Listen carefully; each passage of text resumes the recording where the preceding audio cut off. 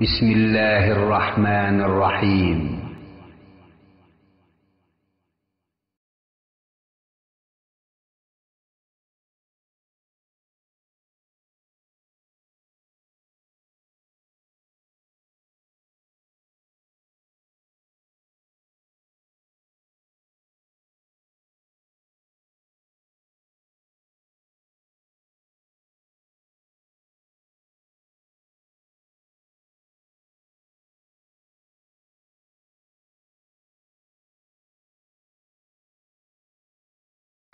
السلام علیکم ورحمۃ اللہ۔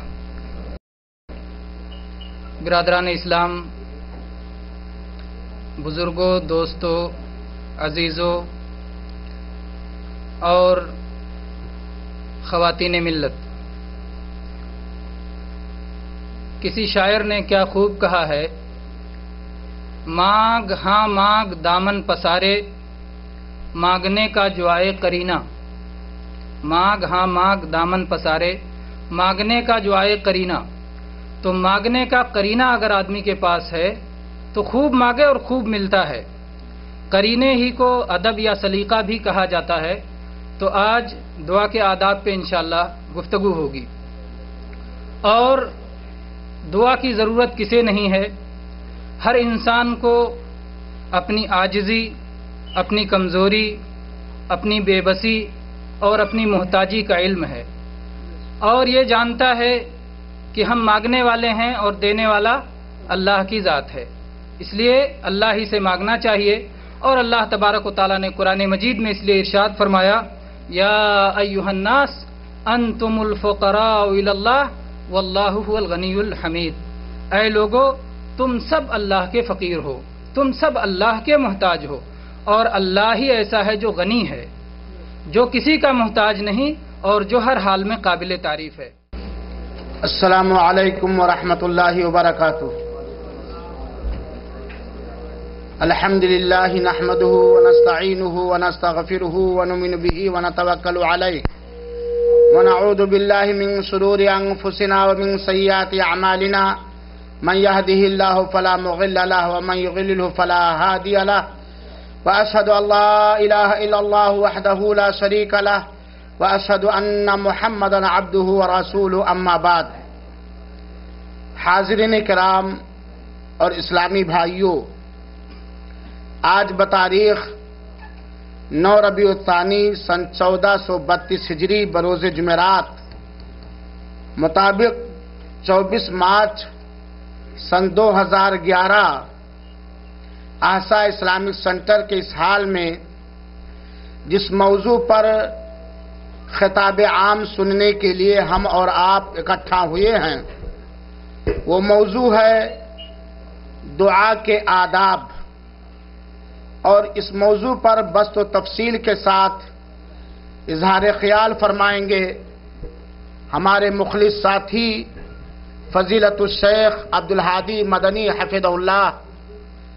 آپ تمام حضرات سے گزارش ہے کہ اپنے موبائل پہ سائلنٹ لگا لیں، اور چونکہ موضوع بہت ہی اہم ہے اور اس موضوع کے متعلق جانکاری حاصل کرنا ہر ایک کے لیے ضروری ہے، تاکہ آپ غور سے سن سکیں اور سمجھ سکیں۔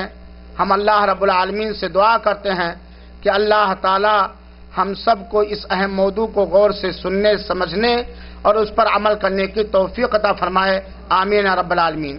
ہم فضیلت الشیخ عبدالہادی مدنی حفظہ اللہ سے گزارش کریں گے کہ آپ اسٹیج پہ تشریف لائیں اور ہم سب کو بہرور فرمائیں۔ السلام علیکم ورحمۃ اللہ۔ ان الحمد للہ نحمده ونستعینه ونستغفره ونعوذ باللہ من شرور انفسنا ومن سیئات اعمالنا، من يهده الله فلا مضل له ومن يضلل فلا هادي له، واشهد ان لا اله الا الله وحده لا شريك له، واشهد ان محمدا عبده ورسوله، اما بعد، فان خير الحديث كتاب الله، وخير الهدي هدي محمد صلى الله عليه وسلم، وشر الامور محدثاتها، وكل محدثة بدعة، وكل بدعة ضلالة، وكل ضلالة في النار۔ برادران اسلام، बुजुर्गों, दोस्तों, अजीज़ों और ख़वातीन मिल्लत, किसी शायर ने क्या खूब कहा है, मांग हाँ मांग दामन पसारे, मांगने का जो आए करीना। मांग हाँ मांग दामन पसारे, मांगने का जो आए करीना। तो मांगने का करीना अगर आदमी के पास है तो खूब मांगे और खूब मिलता है। करीने ही को अदब या सलीका भी कहा जाता है। तो आज दुआ के आदाब पे इंशाअल्लाह गुफ्तगू होगी। और दुआ की ज़रूरत किसे नहीं है। हर इंसान को अपनी आजिज़ी, अपनी कमज़ोरी, अपनी बेबसी और अपनी मोहताजी का इल्म है और ये जानता है कि हम मांगने वाले हैं और देने वाला अल्लाह की ज़ात है। इसलिए अल्लाह ही से मांगना चाहिए। और अल्लाह तबारक व तआला ने कुरान मजीद में इसलिए इरशाद फरमाया, या अय्युहन्नास अंतुमुल फुक़राउ इलल्लाह वल्लाहु हुवल गनियुल हमीद। ऐ लोगो, तुम सब अल्लाह के फ़कीर हो, तुम सब अल्लाह के मोहताज हो और अल्लाह ही ऐसा है जो गनी है, जो किसी का मोहताज नहीं और जो हर हाल में काबिल तारीफ है। तो जाहिर बात है जब हम अल्लाह से मांगते हैं तो ये अल्लाह की अजमत का, उसकी बड़ाई का, उसकी किबरियाई का एतराफ़ करते हैं। अपनी बेबसी का जहाँ इजहार है वहाँ उसकी बड़ाई का भी एतराफ़ है। मेरे भाइयों,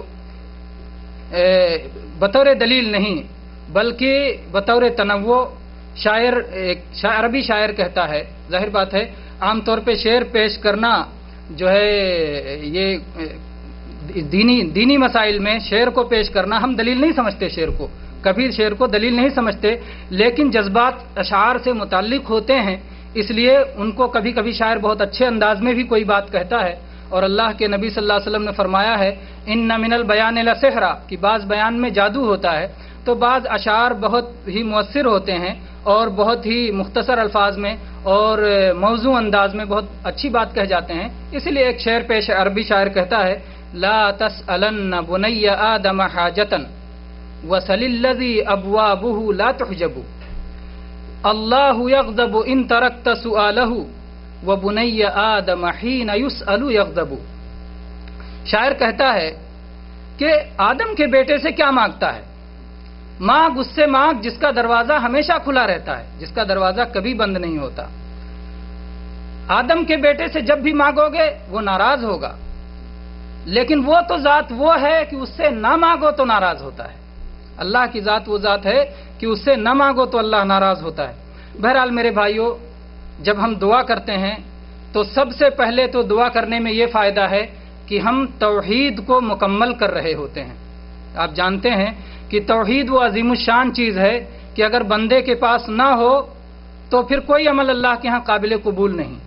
और दुआ, अल्लाह से दुआ मांगना, सिर्फ अल्लाह से दुआ मांगना, ये तौहीद का बहुत बड़ा हिस्सा है। तो हम तौहीद की तकमील करते हैं अल्लाह से मांग कर। जनाब मुहम्मदुर रसूलुल्लाह सल्लल्लाहु अलैहि वसल्लम ने हमें यह भी बताया है कि दुआ ही वो चीज़ है कि जिससे तकदीर बदल जाती है, जिससे तकदीर बदल जाती है। चुनांचे सुनन तिरमिज़ी की ये सही हदीस है कि अल्लाह के नबी सल्लल्लाहु अलैहि वसल्लम ने फरमाया, ला यरुद्दुल क़ज़ा इल्ला दुआ। दुआ ही वो चीज़ है जो तकदीर को बदल देती है। अल्लामा इकबाल का शेर बहुत सारे लोगों को मालूम होगा। वो कहते हैं, निगाहे मर्द मोमिन से बदल जाती हैं तकदीरें।